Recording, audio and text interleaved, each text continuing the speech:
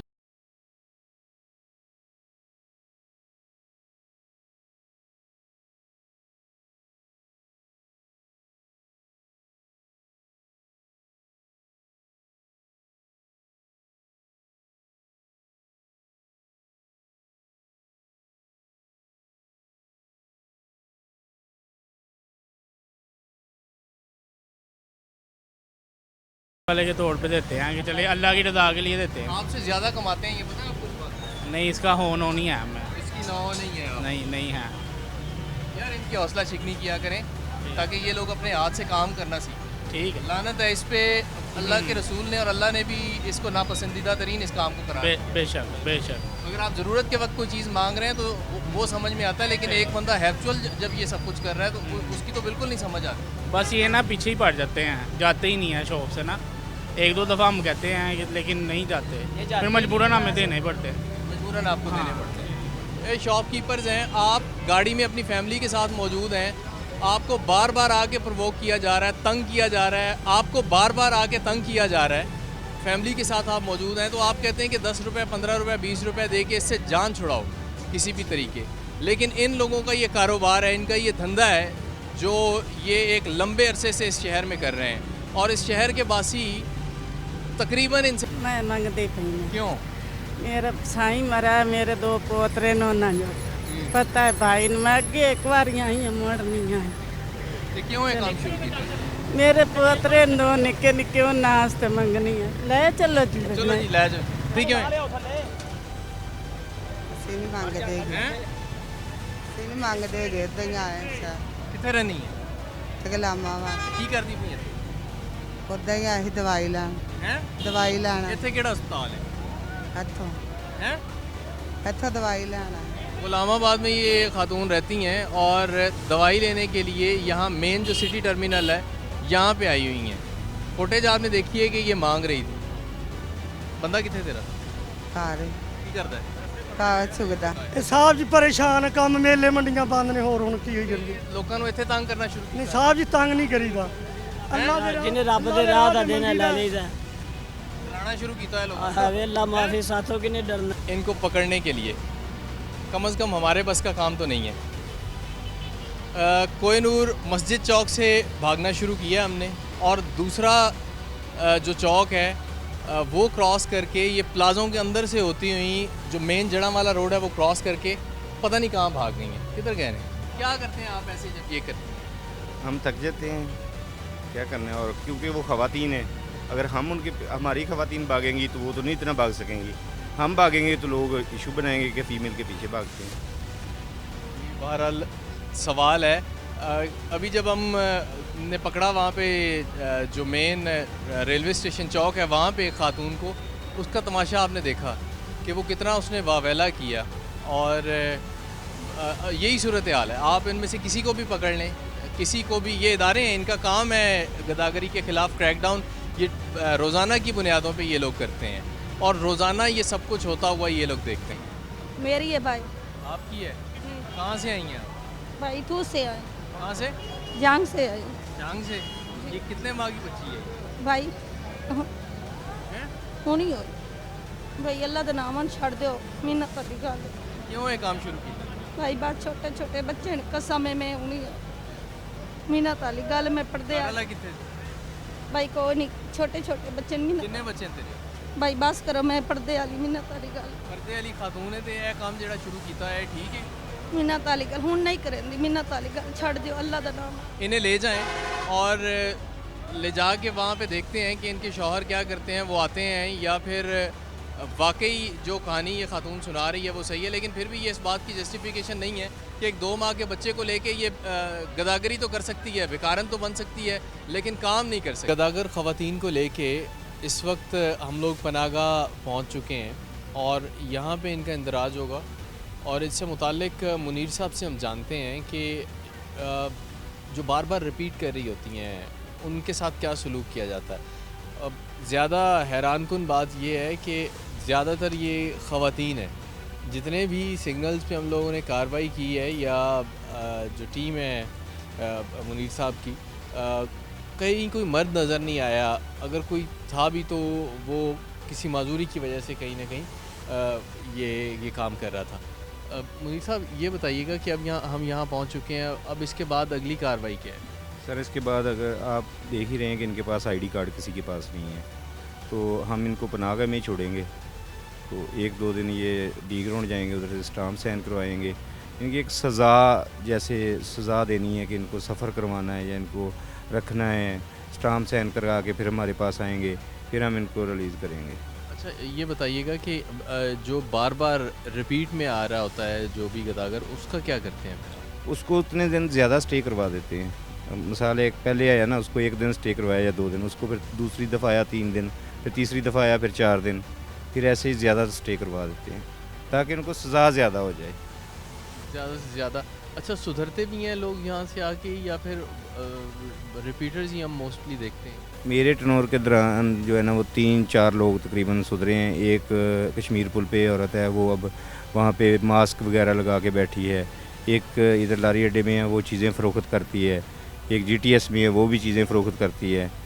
1-2 लोग और हैं वो गुब्बारे फ़रोख्त करते हैं, लेकिन वो इशारों को छोड़ गए हैं, सिग्नल्स को छोड़ गए। अच्छा ये बताइएगा कि अभी जब हम कर रहे थे ये अभी क्रैकडाउन के दौरान हमने देखा कि बहुत सारी ख़वातीन ऐसी थीं जिन्होंने वहाँ पे शोर मचाना शुरू कर दिया और वहाँ जो लोग इर्द गिर्द मौजूद थे उनको जमा कर लिया। हत्ता कि यहाँ तक सूरत हाल पैदा हुई कि एक ख़ातून ने ख़ुद को ज़ख्मी कर लिया। ऐसे में क्या करते हैं फिर आप? आपकी टीम, बड़ी मुश्किल होती होगी, अभी देखा तो है हमने कि बड़ी मुश्किल से उनको कवर करके गाड़ी में बिठा के लेके आए। बस कोशिश करते हैं कि वो गाड़ी में आ जाएं, अगर ना आए तो फिर हमें वो छोड़ना पड़ता है, क्योंकि जहाँ बस ज़्यादा लोग इकट्ठे हो जाते हैं, एक हजूम इकट्ठा हो जाता है, फिर हमारी मजबूरी होती है, हम 3-4 लोग होते हैं, 5 लोग होते हैं, फिर हम उनके साथ बहस या कोई लड़ाई झगड़ा नहीं कर सकते, इसलिए फिर लोग भी कहते हैं कि छोड़ दो, हम भी छोड़ देते हैं। ये बताइए कि इनको पहचानते कैसे हैं, कैसे देख के आपको आइडिया? अभी 2-3 ख़वातीन तो ऐसी पकड़ी हैं जो मांग नहीं रही थी उस वक्त, लेकिन जाके जब आपने इंटेरोगेट उनसे करना शुरू किया है तो वो गदागर ही निकली हैं। ये कैसे आप करते हैं? आम ख़वातीन भी फिर रही होती हैं वहाँ पे, ये बड़ा मुश्किल हो जाता है कि ऐसी जो ख़वातीन हैं जो गदागरी कर रही हैं, ख़ास तौर पे उनको पहचानना और पकड़ना फिर। बस ये अब तकरीबन 2 साल हो गए हैं, तजर्बा हो गया है कि ये औरत जो है ये बार बार लोगों के पास खड़ी हो रही है, कभी किसी के पास कभी किसी के पास, तो वो समझें कि मांग ही रही है। मतलब आप पहले दूर से जाके ऑब्ज़र्व करते हैं? जी, कि एक और कोई औरत के पास खड़ी हुई है, फिर जाके किसी गाड़ी के पास खड़ी हुई है, फिर जाके किसी बाइक वाले के पास खड़ी हुई है, तो ऐसे हमें पता चल जाता है कि इनके घर वालों को भी इंगेज करते हैं, इनके रिश्तेदारों को भी? जी, ये स्टाम्प दे के जाते हैं, वो आके एफिडेविट दे के जाते हैं। एफिडेविट दे के जाते जी, के अंदर नहीं मांगेंगे, लेकिन ये पेशावर हैं, हमारी तो ये आवाम से अपील है कि इनको ना दें, अपनी गली महल्लों में, अपने रिश्तेदारों में ऐसे लोग देखें जो रिज़र्व करते हों कि उनको देना बनता है, उनको दें, इन लोगों को ना दें। मुनीर साहब, ये कैसे पॉसिबल है कि एक शख्स जो सिग्नल पे आके रुका है, उसके साथ उसका कोई अजीज़ है, अपनी फैमिली के साथ है, वो जब कोई ख़ातून 1-2 माह का 3 माह का बच्चा उठा के आ जाती है उसके पास और अपनी मजबूरी ज़ाहिर करती है कि मेरा शौहर कुछ नहीं करता, मेरे बच्चे हैं छोटे छोटे, एक इंसान होने का दावा करता है एक शख्स और इसी माशरे में रहता है, ये कैसे मुमकिन है कि वो उसको 10-20 रुपए 30 रुपए ना दे? ये इम्तिहान होता है, एक इमोशनल इम्तिहान भी होता है लोगों को। बस यही तो एक बात है कि ये आपको नफसियाती तौर पे ऐसे मजबूर कर देती है कि आपको मजबूरी के तौर पर देनी पड़ती है, तो बंदा नफसियाती तौर पे तैयार हो जाता है कि यार ये पता नहीं कितना मजबूर है, इसको दे दूँ। लेकिन इनको दिए हुए पैसे आपके जो हैं वो ज़्यादातर इनके घर जाके देख लें, कोई इनके मियाँ हैं वो नशा कर रहे हैं, किसी का मियाँ है वो जुआ खेल रहा है, बेशक जाके जब मर्ज़ी जाके चेक कर लें उधर इनके घरों में, सारी इनकी यही स्टोरी है, हर किसी की स्टोरी है। आप किसी से स्टोरी ले लें, उसने यही कहना है मेरे मियाँ नशा करता है और मेरे 7 बच्चे हो गए, किसी ने कहना है मेरा मियाँ जुआ खेलता है, मेरे 5 बच्चे हो गए। तो क्या ये जो जुए के लिए या नशे के लिए देना हमारे मज़हब इस्लाम में तो मेरे ख्याल जायज़ नहीं है। गुफ्तगू आपने सुनी, ये बातें बड़ी पेचीदा हैं, इस पे किसी इस्लामिक स्कॉलर का पॉइंट ऑफ व्यू आना जो है वो बड़ा ज़रूरी है, लेकिन हमारी जो ज़िम्मेदारी है वो हमने देखना है कि अगर तो कोई ज़रूरतमंद है हमारे इर्द गिर्द, हमारे रिश्तेदारों में, हमारे अहले मोहल्ला में से कोई एक, मिल जाते हैं ऐसे लोग, हमने चैरिटी करनी है, अल्लाह के नाम पे हमने कुछ देना है तो हम उनको दे दें। और ये ऐसे लोग हैं जो आपसे एक दफ़ा लेंगे और फिर जब दूसरी दफ़ा आप उनको देने के लिए जाएंगे तो वो इनकार करेंगे या वो किसी न किसी अपनी ज़रूरत का कोई हल निकाल लेंगे, कोई काम करना शुरू कर चुके होंगे। लेकिन यहाँ पे सड़कों पे, चौराहों पे, इशारों पे, सिग्नल्स पे, यहाँ पे ये पैसे देना, ये बड़ा ही परेशान कुन अमल है। एक माशरती तामीर की अगर जब हम बात करते हैं तो उसमें, और फिर जिस तरह से जो एंटी बैगर्स की जो टीम है, सेल की जो टीम है, उसको ब्लैकमेल किया जा रहा था, उसे तंग किया जा रहा था, वो बड़ी परेशान कुन सूरत हाल थी। और शहरियों के चेहरे मैं उस वक्त देख रहा था जो उस वक्त वहाँ पे मौजूद थे, वो बजाय इसके कि इनको कोई हेल्प आउट करने के, इनकी मदद इनकी करने के, वो उल्टा इन्हीं पे सवाल उठा रहे थे कि एक बुज़ुर्ग ख़ातून है, आप क्यों उसके साथ जुल्म कर रहे हैं, आप क्यों उसे लेके जाना चाह रहे हैं, इस तरह के सवालात वहाँ पे हो रहे थे। हमें सुधरना है, हमें समझना है इस सारे सेटअप को, इन सारी चीज़ों को। आगे बढ़ेंगे, किसी इस्लामिक स्कॉलर से इस हवाले से बात करेंगे कि ये गदागरी कितनी बड़ी लानत है और हम इसकी हौसला शिकनी किस तरह से कर सकते हैं।